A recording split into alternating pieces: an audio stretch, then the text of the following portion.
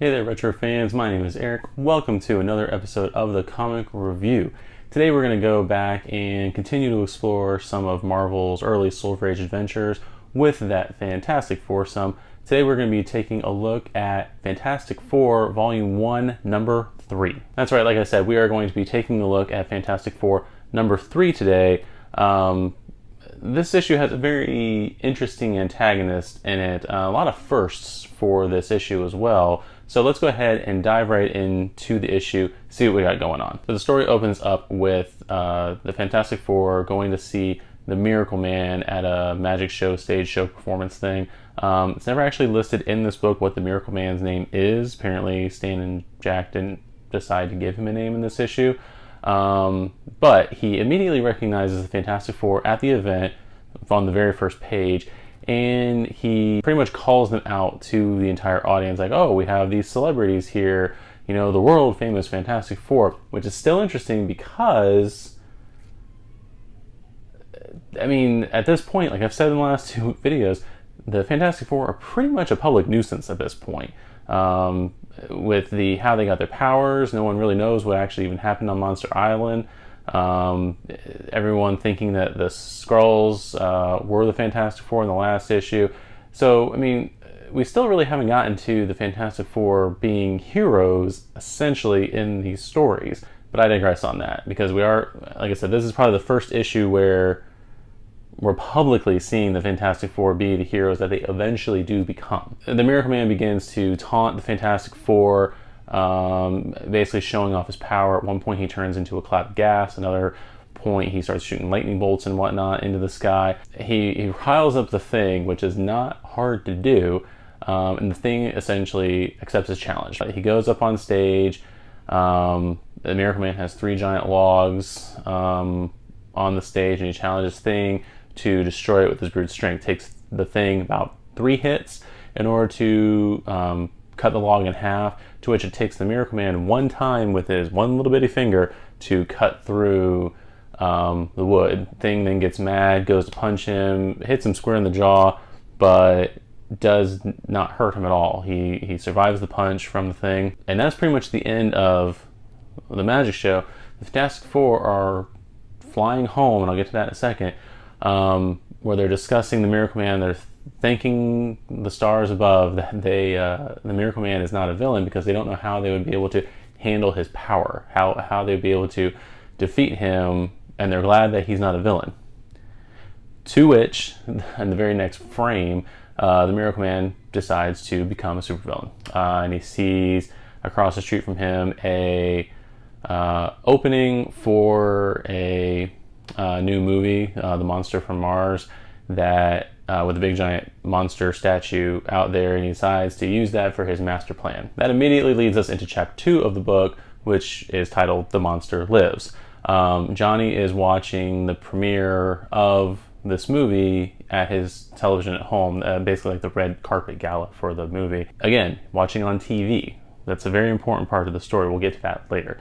He's watching on TV, sees the large monster statue. Him and Reed are talking about, you know, how much the studio must believe in that movie to put a big giant monster out in front of the theater. Sue then walks in and shows off the Fantastic Four's new outfits. And again, I meant to go back to this a couple seconds ago, but going back to the first for this issue, we see a couple things brand new to the book. Again, they're 3 issues in, but brand new to the book here that's kind of solidifying them being superheroes. We saw the Fantastic Car first.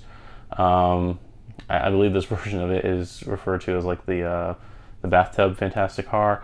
I don't think it lasts for a few issues before they revamp it, but we see the Fantastic Car here. We also see the Baxter Building, and Jack Kirby going into great detail on the hideout for the Fantastic Four. Pretty much lists all the different things in the upper floors of the building. We see like the rocket pad, the helicopter pad, Reed's laboratory, the living quarters. It's actually very detailed what we see of the Fantastic Four's hideout. And I mean, I would definitely encourage you, I'm going to probably put a picture here somewhere, I already have, but definitely go back and look at just how much detail Jack Kirby puts into showing off this hideout. Half the stuff's not even mentioned in this issue. I mean, so you can tell how much they're kind of planning to a point of future stories and future things that they just went basically to show. They pretty much just showed everything but like an actual blueprint of every floor of the building. But then we also see Sue come in wearing the Fantastic Four's new costume. It's the very traditional monochromatic blue that the Fantastic Four is known for, with the 4 symbol on there. Thing actually also gets a uniform, full body uniform with a helmet. That lasts about 5 seconds in this issue. At this point, the Miracle Man decides to create or bring to life the monster that's outside the theater. It starts rampaging through the town. The military shows up to attempt to stop it, and it vanishes into thin air. The Fantastic Four then take it upon themselves to go out and search for the monster. And it's actually pretty cool here because we see another classic thing with the Fantastic Car, that it splits up into the 4 sections, so that each member of the Fantastic Four basically has their own version of the car that they can fly around and get to wherever they need to go, and then it comes back together later on when it needs to be. So the Fantastic Four are attempting to find it. The monster shows back up outside of a jewelry store or a diamond depository or something like that, breaks through the wall and starts stealing diamonds out of it. And remember, this is like a 3-4 story dinosaur monster that's trying to just start going on a jewelry heist. Reed finds it and uses his elastic powers to try to trip up the monster. He sees the Miracle Man. The Miracle Man throws a brick at him and knocks him out. Now, we all know in the future Reed Richards handles Doctor Doom. The next issue is going to be they're going to be fighting the Submariner, who's a long time anti-hero foe of the Fantastic Four, Doom as well. They're going to go up against Galactus within, and not very far in the future. And yet a brick is able to take down Reed Richards in this issue. It just baffled me. I actually reread it today for the upteenth time, and I forgot about the fact that Reed Richards was so easily taken out by a brick. Regardless, Reed then meets up with the commissioner of the police, who is very displeased with Reed Richards about the fact that he had the Miracle Man in his grasp and he let him go. Again, the whole, the Fantastic Four not really being that heroic so far. I really don't know where the commissioner had his faith in the Fantastic Four, but I digress on that. Johnny then finds the monster at the end of chapter 2 and starts to go after him, which leads us directly into chapter 3. Sue and the Thing arrive at the battle with Johnny in a chapter that is called The Flame That Died. The two of them get there just as Johnny is about to take out the monster, sets it on fire, and you realize that the monster is just made out of wood and plaster. Then, for whatever reason, the military, and by whatever reason I mean the fact that they've been a public menace for the last 2 issues, they start to attempt to attack the Human Torch. One of the generals calls it off. However, there is one lone figure that does not hold his fire, and Johnny ends up getting hit by like a fire extinguisher kind of a gun that this figure has. We find out it's the Miracle Man taking out Johnny, extinguishing his flame. Then the Thing attacks him, corners him. They start fighting. Thing gets taken out by the Miracle Man. The Miracle Man is able to take out the Thing by making the ground beneath the Thing swallow him up. So both Johnny and the Thing are now taken out. The Miracle Man then gets away with his actual prize, which was an atomic tank. Again, Stan Lee not fully understanding the ramifications of nuclear power and atomic power back in the 60s and what it can actually do. These are very wild ideas, very Silver Age ideas. Everything's nuclear, everything's atomic, everything has some aspect of that to do with it. Regardless, Sue jumps on the back of the truck carrying the atomic tank, I believe, and follows the Miracle Man to his hideout. We then get over to chapter 4 of the book, which is called In the Shadows of Defeat. The 3 guys are talking about how they're going to save Sue. The Thing gets upset with Reed. goes back to blaming him for all their misfortunes, recounts the first issue where they got their powers. Reed talks to Thing about the fact that, his powers faded at one point. He was able to turn back into a human. That could happen again. Ben starts, giving Reed a hard time about the fact that he wants Sue to look at him the same way that she looks at Reed, which I don't know if I've talked about this in the last two issues. I know they've kind of hinted on it, but it almost seems like there's like a love triangle that's not apparent whatsoever in the newer comics between Reed, Sue, and Ben. It's kind of interesting to see how this is developing. Again, I'm doing these videos, reading them just as I would if I was in the 60s, reading them as they came out. I'm doing a little bit of reading ahead where I can, just for planning out for videos and everything. But for the most part, I'm reading these as though I'm basically reading these for the first time. So I don't know what all goes on with this possible love triangle that may fizzle out. Who knows? But that's what I'm seeing right now. Johnny laughs at the Thing about the fact that Thing thinks that he has a chance with Sue, even if he was normal looking. Thing then attacks him, forcing Johnny to leave the group for a little bit. We get back over to Miracle Man and Sue. He gets to, I believe, a junkyard and is able, a dog basically notices that Sue is there in her invisible form. Miracle Man hypnotizes her and has her signal the other Fantastic Four members to her location. Thing and Reed leave on a helicopter, the Fantastic Copter, I guess, going toward the flare. Johnny is with his buddies at a malt shop, with them complaining that Johnny won't let them into the Fantastic Four. But then he also sees the signal and he leaves too. That brings us into chapter 5 of the book, the final challenge. The Thing and Reed meet up with Miracle Man. They engage him. He turns a big giant metal key into a Tommy gun, starts shooting at them. Reed's bouncing around like a ball. Miracle Man then takes Sue again. When Johnny shows up, they find a racing roadster in the junkyard because it's stored there, because why not? Miracle Man has the atomic tank. He's getting away. The guys are driving down the road in this roadster. Johnny's driving it.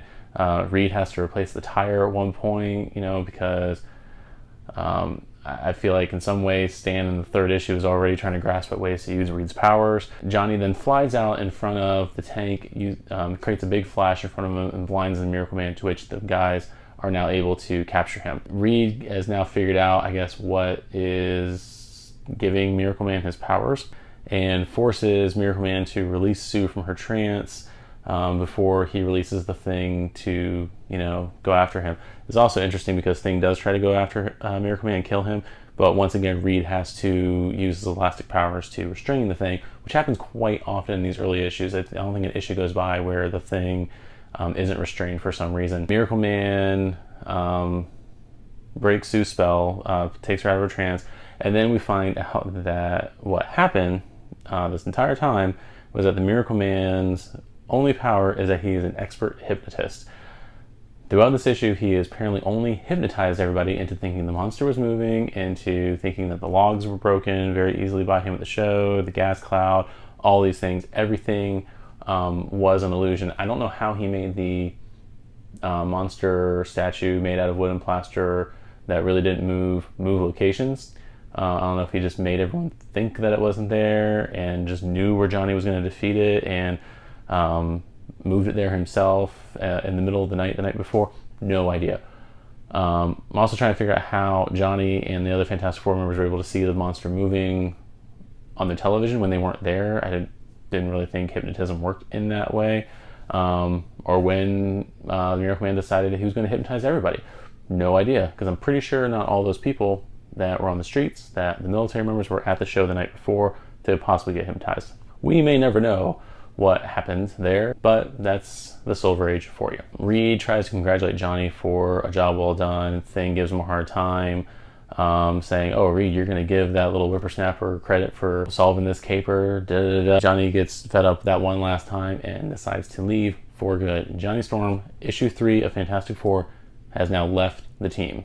And of course, there's a Silver Age, so we know that's not going to last very long, but it is directly going into the next issue, number 4, where it picks up with a story. And that's where the issue ends. Johnny Storm is now gone from the Fantastic Four. He's flown away, and that's it.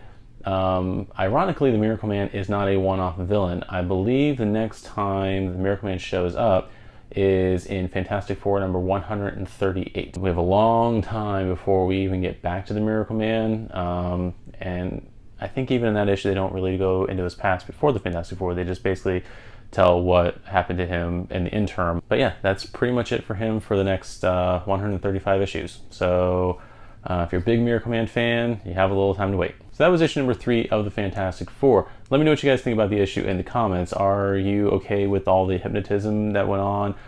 Can you help me explain why and earn a no prize like old school Marvel? Are you sick and tired of the Thing always getting angry because he's not the Hulk? Definitely not ever loving at this point, but are you sick of Thing's temper, or are you enjoying the characters the way they are in their classic forms? Let me know what you guys think about this issue in the comments. And I'd like to thank all you guys for checking out this episode of the Comic Review. Again, we're going a little retro right now for Things, seeing how that stuff works. Let me know what other classic storylines you guys are wanting to see from this era of Marvel Comics that you want me to review, if there's anything special. I am going in a kind of specific order with some things, but yeah, let me know what you guys think, and if there's anything specific you'd like me to cover. And if you enjoyed this video, if you want to go ahead and give me a like and also subscribe to the channel. We're going to be coming out with reviews a little more frequently now. Still working out some kinks and scheduling and whatnot, but we will be doing some more reviews here very shortly. So I'd like to thank you guys for tuning in, and I will catch you guys in the next review.